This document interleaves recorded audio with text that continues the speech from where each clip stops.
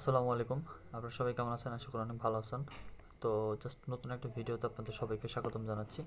তো আমি এখন আছি আমার বাসার ভিতরেই। জাস্ট কিছু কথা শেয়ার করার জন্য আসলে ভিডিওটা করতেছি। এটা কোনো ব্লগ না, এটা জাস্ট একটা নর্মাল একটা ফর্মাল ভিডিও। তো এই ভিডিওটা এখন আমি করতেছি হচ্ছে রাতে আমার বাসার রুমের ভিতরে, বাট এটা আমি আপলোড করবো হচ্ছে কালকে সকালের দিকে। আপলোড হয়ে যাবে অলরেডি 8টা 15-র দিকে। তো কথা হচ্ছে যে আসলে আমি 2 দিন পর পর দুইটা ভিডিও আপলোড করছি, দুইটাই কপিরাইট আসছে। ঠিক আছে, যখন একটা মানুষ দুটো ব্লগ আপলোড করে আর তার পাশাপাশি যখন দেখে যে সেই ব্লগ দুইটাই আপনার প্রথমটা যখন আপলোড করছি তখন ওইটাই আপনার কপিরাইট আসছে, আসার পরে ভিডিওটা ডিলিট করে দিচ্ছে ইউটিউব কমিউনিটি গাইডলাইন। দেন আর একটা ব্লগ আপলোড করছি তার একদিন পরে গিয়ে সেটাতেও আপনার মানে করে দিছে। তো কথা, সত্যি কথা বলতে যে আমি 2 দিন পরপর দুইটা মানে ব্লগ আপলোড করছি, বাট দুইটাই আমাকে ইউটিউব কমিউনিটি গাইডলাইন আমাকে বাদ দিয়ে দিছে। তো মোট কথা বলতে হচ্ছে আমি সবসময় আমি যেমন আপনাদের মাঝে সব জিনিসগুলো শেয়ার করিও তেমন আমার ভিতরে আসলে আমি কোনো কিছু কপি করি না, কারো মাধ্যমে কোনো কিছু কপি করি না। মোট কথা এটা আমার একদমই ভালো লাগে না, আগে থেকেই আমার এগুলো একদমই ভালো লাগে না। তো সর্বপ্রথম হচ্ছে যখন আমি আমার ইউটিউব চ্যানেলটাকে খুলি, ইউটিউব চ্যানেল খোলার পরে আপনার একটা সময় আমার একটা অবস্থা হয়েছে যে 1.5 বছর ইউটিউবিং করার পরে আপনার ইউটিউব চ্যানেলটাকে ডিলিট হয়ে যায় আর কি, ভুলের কারণে।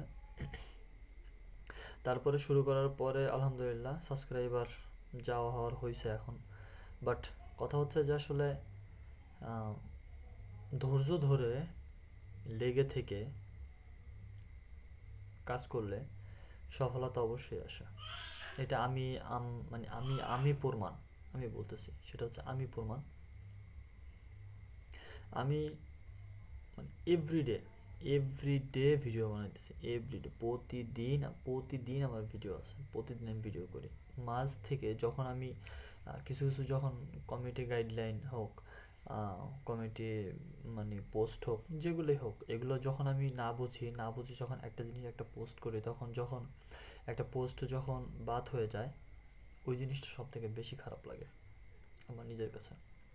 তো সবসময় ইউটিউবের কমিউনিটি পোস্টগুলো আপনারা পড়বেন। আপনাদের উদ্দেশ্য কিছু কথা বলতেছি, তা হচ্ছে আমি আমার থেকে শিক্ষা পাই, হচ্ছে আমি আপনাদেরকে একটু শিখাই।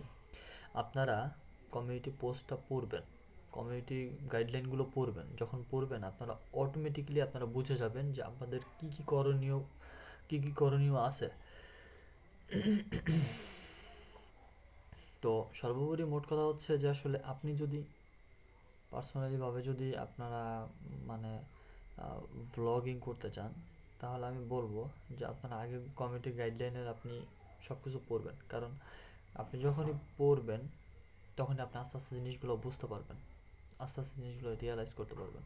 তখন আর আপনার ভুল হবে না। দেখেন, আমি কিন্তু জানি যে কোন কোন বিষয়ে ভিডিওগুলো বানানো উচিত না, বাট তারপরেও কিছু কিছু মিস্টেক আসলে হয়ে যায়।